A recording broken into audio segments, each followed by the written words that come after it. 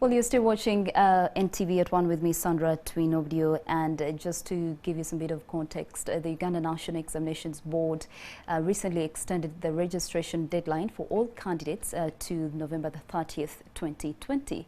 In a November 11th notice to head teachers, the UNEB Executive Secretary Odongo notes that schools which have pregnant students should allow them register for their exams. So today we get to speak to James Tudiatemba, who is the Manager Examinations Management of Uganda National Examinations Board, on these and so much more. Welcome to NTV at 1.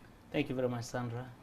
Well, first and foremost, why are we seeing you re-emphasize the fact that schools need to allow pregnant finalists to sit and register? Yeah, we are doing that emphasis because the girl child has been our focus. Not because we condone pregnancy in schools, but this has been a very special kind of tragedy that has befallen them.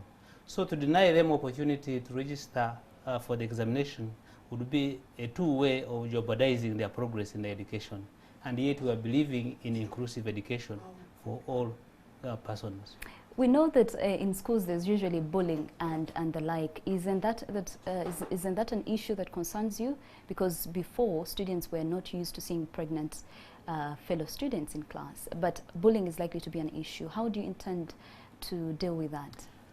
I do believe that given the COVID pandemic, we have had new situations that have emerged, and we are operating under the new normal. Yeah. So initially schools would resist the sight of a girl child who is pregnant in school. But then we have been given a go-ahead and policy direction by the Minister of Education that we can allow these people to come in. And I do believe the trauma will not be an issue, because definitely we have sensitized the learners, we have talked to the heads of institutions, and we have talked to the parents to be positive about it, only for the COVID period. Thereafter, we shall come back to our relations and be strict. Oh, is it likely to get back to how it was before? Yes, if definitely. When the COVID-19 goes, if a student gets pregnant, then they don't get to sit? Yes. If, for example... So parents and students should have that at the back of their mind. Yes, they should have it at the back of their mind. Because, Sandra, if at one time you go and you are found with a gun in Ugandan laws, you are actually court-martialed. But if you apply that concept in Karamoja, you end up arresting everybody.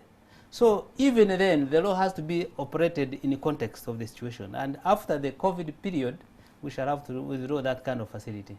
Well, there you have it. Parents and students, do not get so complacent and think you will get pregnant and actually sit for your examinations. Well, also to just pick your thoughts on the government, we know it has had budgetary problems and pressure.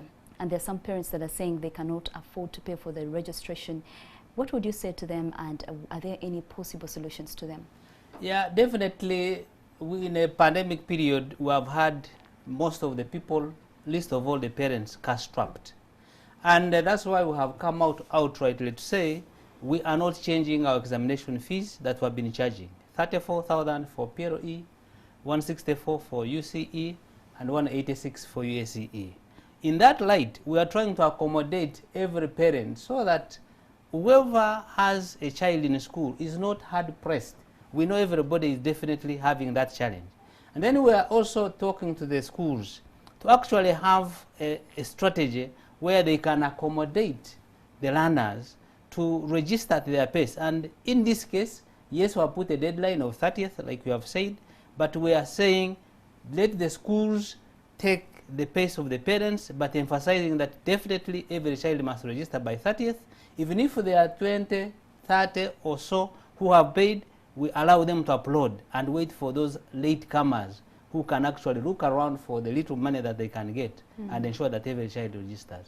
All right. And also the SOPs, it's a concern of many, both the teachers, the parents, and even the students. What are some of the SOPs that you're putting in place to ensure the safety of the students that will be sitting for the examinations? Yes, the SOPs were generally a preserve of our mother ministry, and attempts were made to go to the schools, individual schools, to establish that they are compliant with respect to those SOPs. By the time UNEB comes in, those SOPs will have been observed, and we have also had a double check to make sure that we only give examination centers to those schools that have actually qualified to observe those SOPs. And let's say you confirm a student Yes. that has COVID in class. What happens? Yeah, when such a kind of situation happens, we shall seek the guidance of the scientists because we operate within the existing health provisions, and it will be the Ministry of Health to be called in, and that situation will be handled. All I want to assure the nation is that once the examination has started, it will not be stopped despite the magnitude of the COVID if it is not country spread. But the affected centers may actually be handled on a case-by-case basis. All right, maybe finally, what are your thoughts on the future of the education sector in Uganda, considering that now people are considering doing Zoom online classes? Do you think in the future, even after COVID, we are likely to carry it on? Yeah, what we have as an examining body, we are also embracing technology to the extent that, yes, with the time, we shall go even to, we now have e-registration of candidates. We shall also possibly go e-marking of examinations because we don't want to bring people to assemble in one area. And we may also, if the computers are widespread, go also to e-testing. And that's the way to go. We shall not turn back. All right. Thank you so much, Mr. James Tudiatemba, who's the Manager Examinations Management of Uganda National Examinations Board, speaking to us on that and so much more. But also to re-emphasize what he said, the pregnant students get a chance to go to school now and sit for their final examinations. But after the COVID period, they shouldn't get complacent because it won't be business as it is now. It will not be business as usual. Okay. All right. Yeah. Thank you so much for joining us. NTV at 1 will return shortly.